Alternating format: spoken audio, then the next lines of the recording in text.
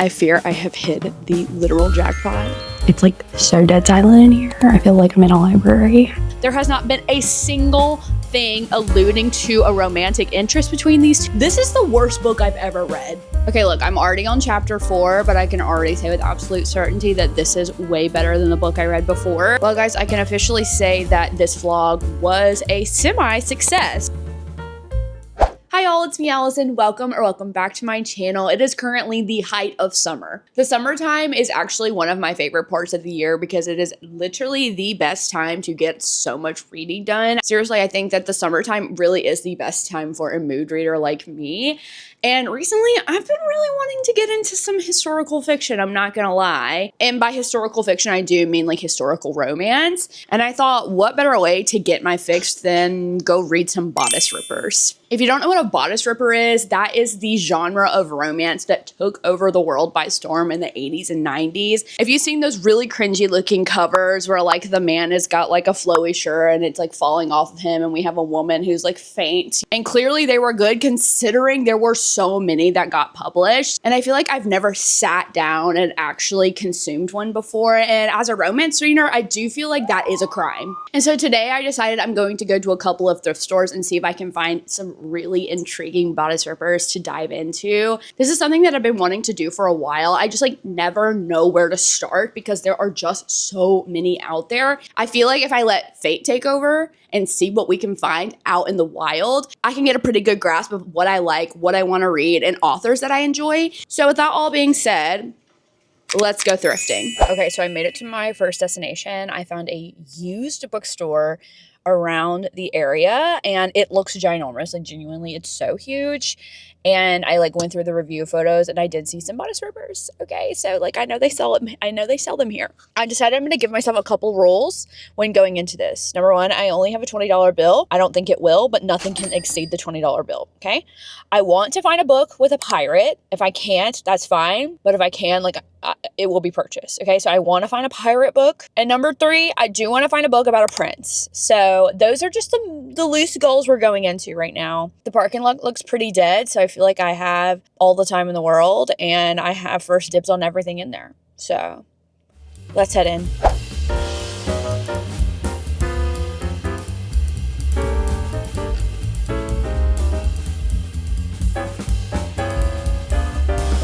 I fear I have hit the literal jackpot. There are so many romance books here and I am already seeing so many bodice rippers. So let's get to looking.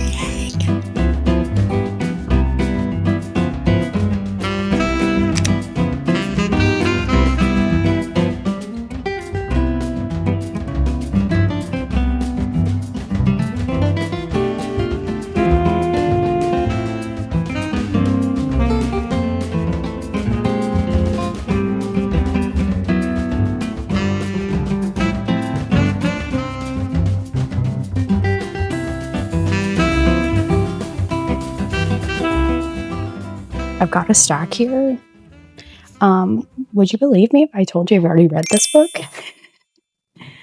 Like, it was actually kind of good too, not gonna lie. It's like so dead silent in here. I feel like I'm in a library. I have to get the courage to talk a little louder, I fear. Okay, here it goes.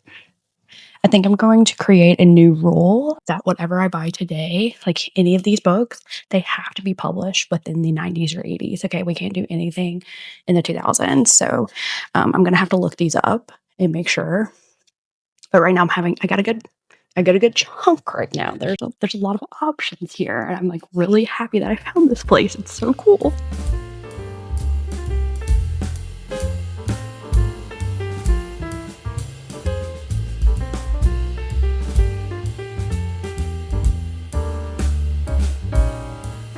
I do fear I am obsessed with this used bookstore. It is ginormous and they have the books that I have been looking for exactly. I mean, how many books I've already picked out. I do have to say, I feel like a lot of them aren't really published from the 90s and 80s. These are more so like more modern bodice rippers, but I think that's okay because they're still going to do the job. They're still going to get the job done, but I do kind of hope that I find at least one that was published in the 80s. But I'm gonna keep looking. But as you can see, like I've got a stack here. I am judging by cover alone, so I am gonna have to go through these later and see if the plot is interesting at all. but this is so fun.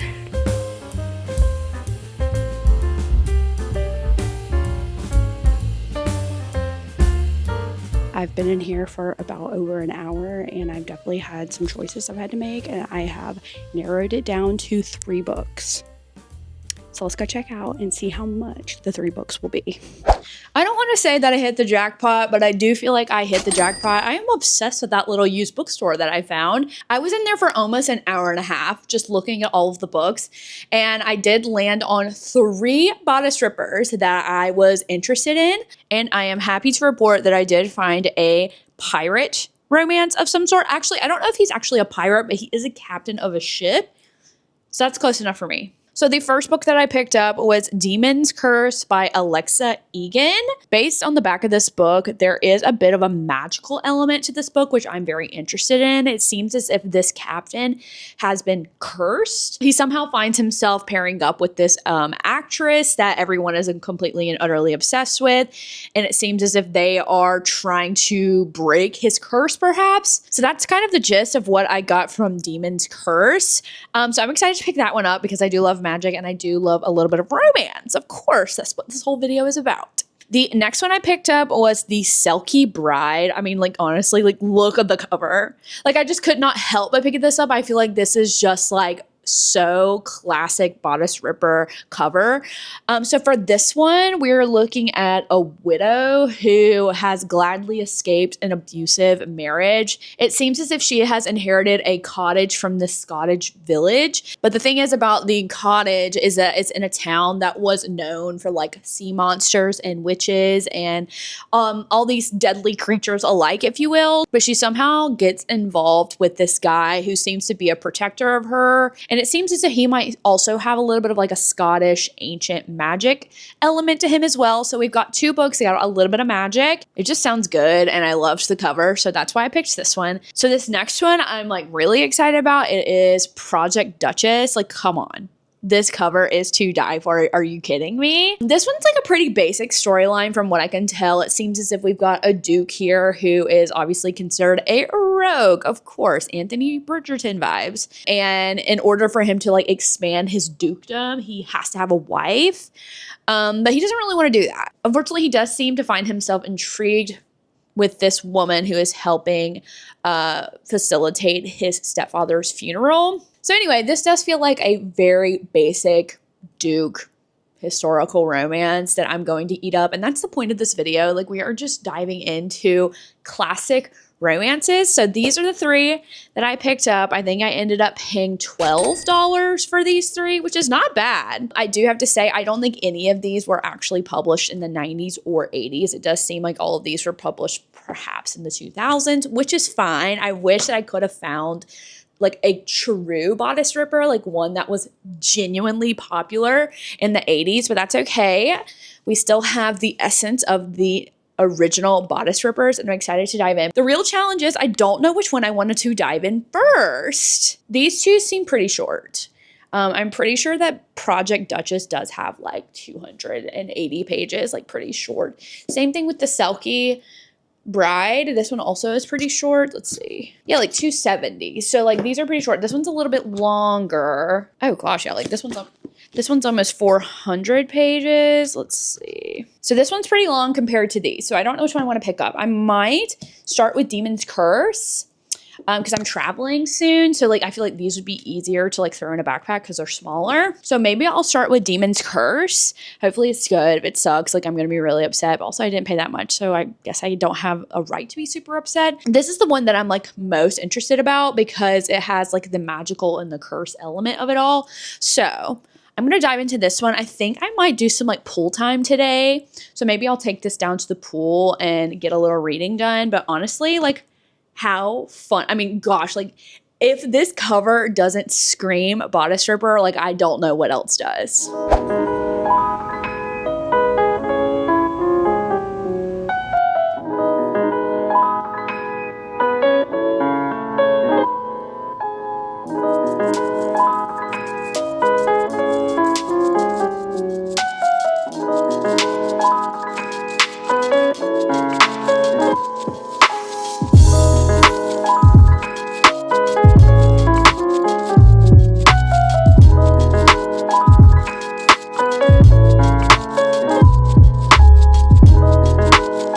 unfortunately, it is just way too hot for me to be at that pool for that long. And by that long, I mean I was there for 30 minutes and I'm like completely and utterly sweating and feel like I'm gonna pass out. So I'm gonna go inside, but I do have to say, Demon's Curse is really confusing me. Like, I'm not really picking up what the author is putting down. So I went to look to see if perhaps maybe it was like a sequel or something, and it's not.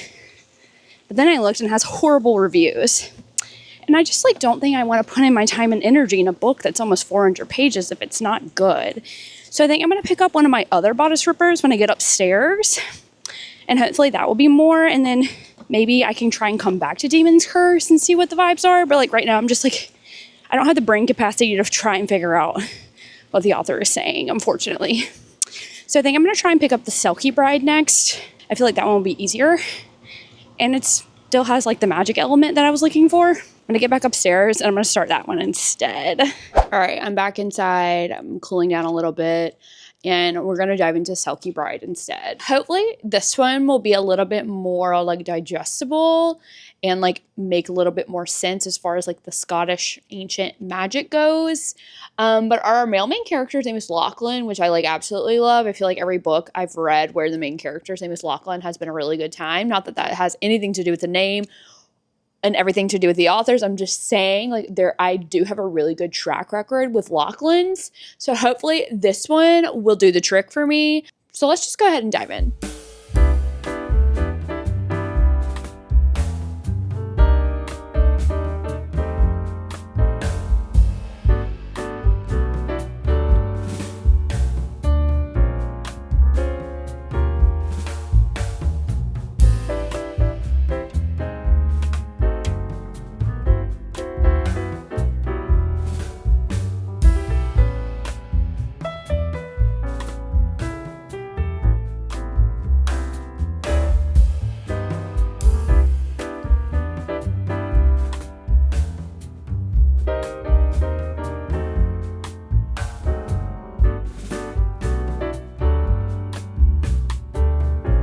So I got to about chapter 4 of the Selkie Bride, and I wanted to give you guys just a little bit of like a synopsis of what we're dealing with here. So we have our female main character, Megan. She is recently widowed, and she decides that she's going to move to this pretty like mysterious village island type place that was basically devoured by a storm, like was completely buried under sand for years. And then all of a sudden one day it came back up in perfect condition. And so a lot of the people in the surrounding area do believe that perhaps this land is cursed and or could be inhabited by the devil. Okay. Anyway, so our female main character, Megan, decides to move there after her husband has died. The thing about this cursed village is that because no one wants to live there, all of the cottages that were left behind after the huge storm that wiped everyone out is kind of up for grabs. Like, you don't even have to buy a house, babe. You can just go up in there and take a cottage if you want. So that's what she decided to do. She's also very much devouring a left behind journal who she assumes is from the guy who used to own the cottage that she now lives in. And one night during a very violent storm, someone knocks on her door and it's like the most beautiful man that she's ever seen. And unfortunately, just due to like the conspiracies of this place, she did think that perhaps he could have been the devil himself, and she faints. When she wakes up, she finds that the guy that was at her door actually did kind of took care of her just a tad bit, but did end up taking the journal in which she was reading. Right now where I'm at, she is trying to find him. I have to say, like, I'm having a hard time like really concentrating on this book. I feel like I'm getting just like a tad bored. Obviously, we're only 4 chapters in. Like, I'm hoping like once her and Lachlan start to like actually interact a little bit more, we will get a little bit more of like a pace that I'm interested in. But right now I'm a little bored and also just like a little confused. Like, the lore of this little village plus like all of like the magical elements to it is a little confusing. I'm on page 41 right now, so maybe my goal will be to get to a page 100 before I go to bed tonight. But this is the update I'm giving you guys. I hope and pray that I'll start to understand it a little bit more the further we get into it. Hi, this actually might be the worst book that I've ever read. Last night, I got to about chapter 11 of this book, and for the life of me, I cannot tell you what's really going on. When I last updated you guys, I told you that she was looking for this mysterious stranger who's also some kind of creature that's also supposed to protect her, things like that. Well, he did end up coming back, and he tells her the lore of this little town that they're in. He's basically come back to the town to search for this evil creature called the Fin Man, and he is basically the reason why the town was buried in sand previously. Like he is the reason there was a curse on the town. I honestly couldn't tell you what the Fin Man actually does. Because like it wasn't explained that properly, unfortunately, but we are looking for him. And you would think, hey, like that is a good setup for some romance. We are about halfway through. As you can tell, there hasn't been a single smidge, not even a nod. There has not been a single thing alluding to a romantic interest between these two, which is great considering the whole entire point of this vlog was to read strictly romance. So I am getting to the point where I physically cannot even read this anymore. So I did find the audiobook on Audible, and it is free. You want to know why it's free? It is narrated by AI.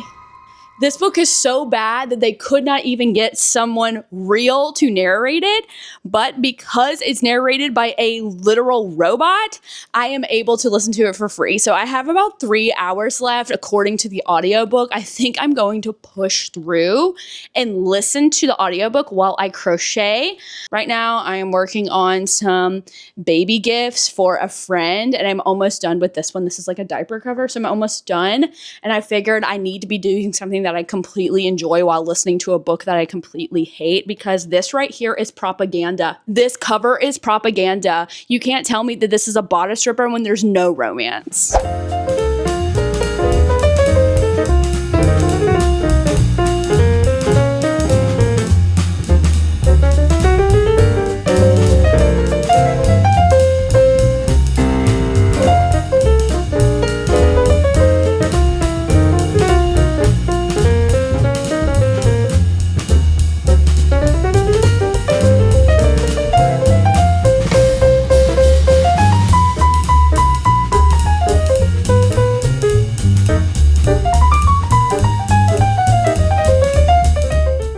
Okay, here's my issue. I have 2 hours left on this audiobook. I feel like we are constantly in this woman's head. Like the inner monologue is just too much. Like she thinks about anything and everything. I feel like sometimes this author is just writing about stuff that just does not contribute to the plot at all. Like there are multiple chapters in which not a single word of dialogue has been spoken.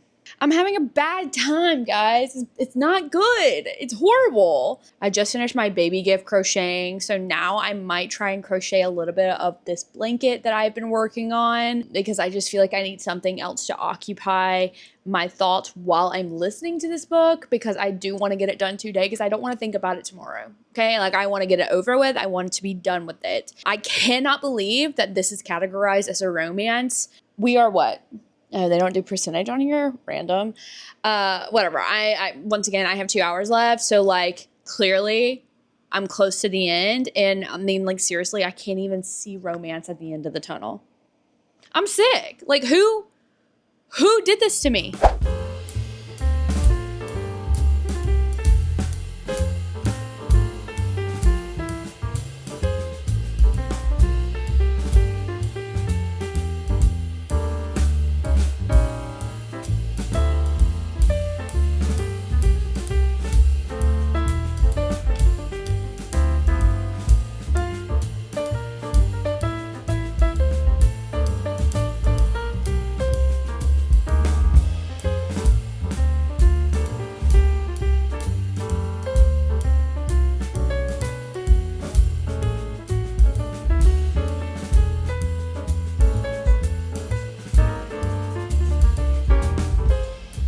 For an absolutely grueling 3 hours yesterday, I was able to finish The Selkie Bride, and I can confirm this is the worst book I've ever read.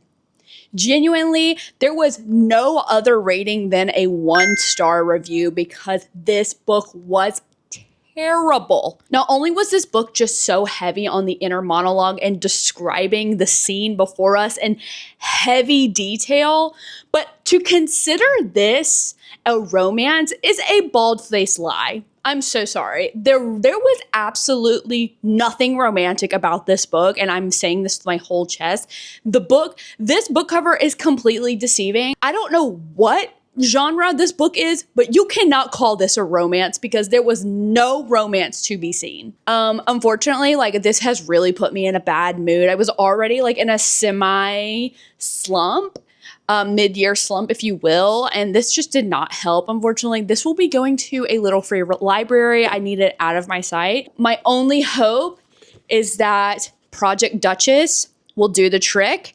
I have a good feeling about this. I mean, the cover alone is super gorgeous to me. That's the reason I picked it up in the first place, because I love the cover. But also, like, the premise sounds really interesting. And I just feel like if anything is going to get me out of this horrible slump that I'm in, it's going to be a Duke. So far, 2 of the 3 books that I bought have been bad. Hopefully, this will be more my speed. So let's dive into this.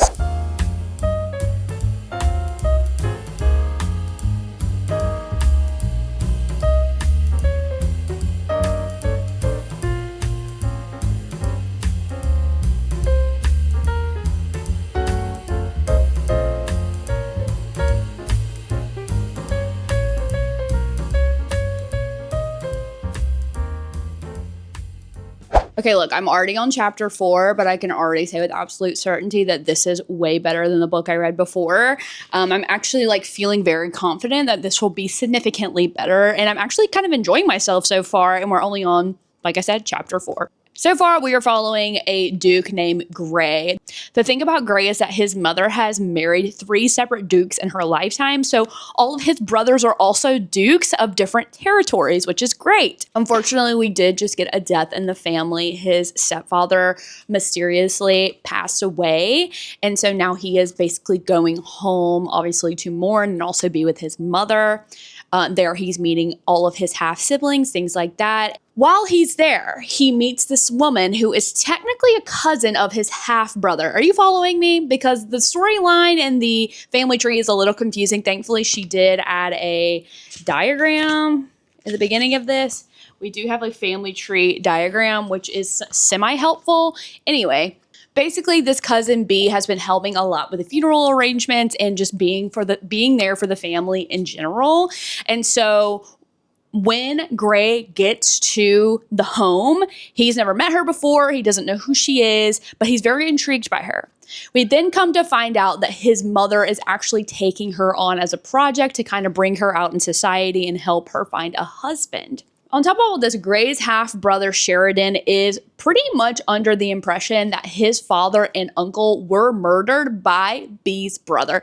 Are you guys keeping up? This is a lot of information all at once. We have a woman who is a free spirit and was basically neglected by her family, and now the aunt is taking it upon herself to bring her out in society. We have a duke who is filthy rich and has, as we can tell, a pretty complicated relationship with all of his family members, but he is there for their time of need, and there could be a murder investigation moving forward. So that's kind of what we're dealing with, and we're only on chapter 4, hence why I am actually super intrigued, only 4 chapters in, because we already have our murder mystery on hand. So I'm really anxious to see where this is going to go.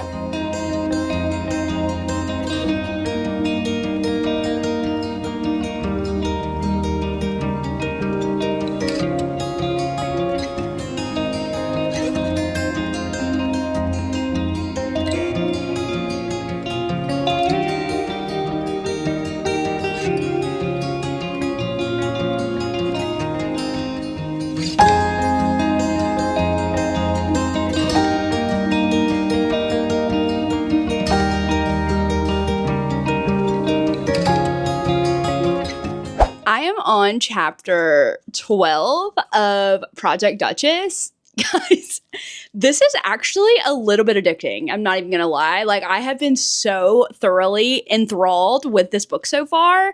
I'm about halfway through the book, and let me tell you something right now. Like, he is attracted to her like so significantly against his will, and I'm eating it up. The thing about these two is like she has been so neglected her entire life that she truly does not care to come out into society. She really just like wants to find like a humble husband. She was like, I can marry a preacher, I'll marry a physician. Like, he doesn't have to have status. Like, I just want someone who can take care of me.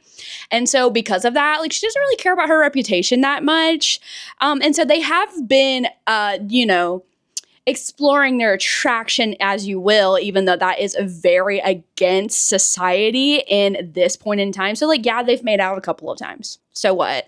Which I'm really loving, especially in this book, because the narrative is, it's not scandalous and it shouldn't be scandalous, and yet society sees it that way. And a lot of the like lessons that she's receiving about like coming out in society, like she's basically like defying all of the rules because a lot of them are ridiculous. What I love about Gray is that he is just one of those characters that he is just so blatantly honest with her, and like to a point where like she's like, wow, like I can't believe he just said that.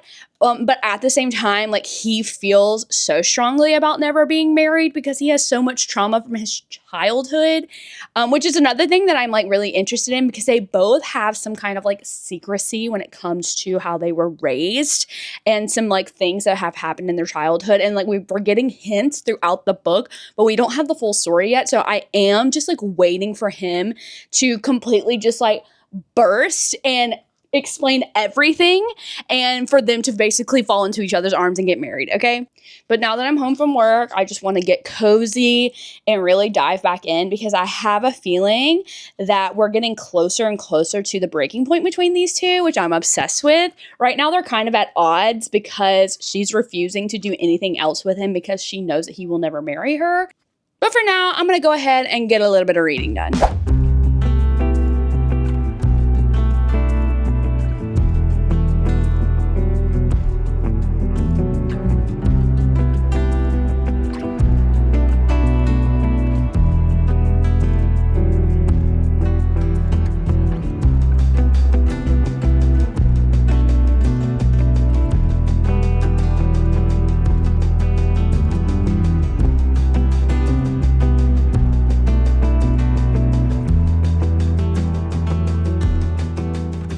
The one thing that I'm like really enjoying about this book is that the family relations between these half siblings to me is just so funny and interesting. Like they all have these like very quirky personalities that really differ from each other, and yet they all really do seem to mesh perfectly together. But now that I'm a little bit more than halfway through the book, I can definitely see the threads of storyline that we would see in like books about other characters in the series, which I'm kind of like interested to see if I can find the rest of the series at that bookstore I went to because they had so many and like obviously I didn't know what I would like or what I'm looking for, but now I feel like I've been narrowing down my interests, and obviously some of my interests are dukes. I feel like I can get a lot of this done tonight. Like I'm hoping I can get to at least like 70% through, hopefully, which would be no hassle at all because like I said, I'm really enjoying myself. So I'm going to keep going, but I just wanted to give you guys an update because wow, this is way better than I was expecting it to be. Well, guys, I can officially say that this vlog was a semi-success because Project Duchess was actually so good. I'm actually itching to pick up the next book, if you can believe it. The plot literally had me so sucked in, and for it to be such a simple plot, like there really wasn't much to it. It was actually addicting to read, and the fact that it was so short, it really did have such a good pace. There was no lagging. It felt like everything was consistently intriguing because we were moving on to the next. It was just so good. I'm actually a little upset that the first two books that I tried were literal duds, but I'm glad that this was like saved for last. It was like I unintentionally knew that this was going to save the video, and so I had to read it last, and let me tell you, it did. Also, not to judge a book by its cover, but I do think that the cover was the prettiest out of all the ones that I picked out. So Maybe you should judge a book by its cover. I think I ended up giving it 4 stars. And honestly, for our male main character, Gray, to be technically like a rake, he actually wasn't as like rakish as you would think, which I really enjoyed. I actually enjoyed that he had a little bit more of a personality rather than, oh, I will never get married because I don't want to get married. He actually had like reasons behind it, and valid reasons at that. Will I ever try bodice rippers again? I think yes. Am I going to give myself some space from the bodice ripper space at this time? Also, yes. I do think I need to take a break because unfortunately 1 out of 3 is really horrible odds, but I'm glad that I got to give it a try. Now I know that I should just stick to dukes and duchesses because this is where the money's at, people. Like, this is where it's at. Well, guys, if you enjoyed this video, be sure to like and subscribe if you don't mind. I'll leave social media links down below. I have Instagram, TikTok, Goodreads, so be sure to check out those links if you don't mind. But for now, bye, guys.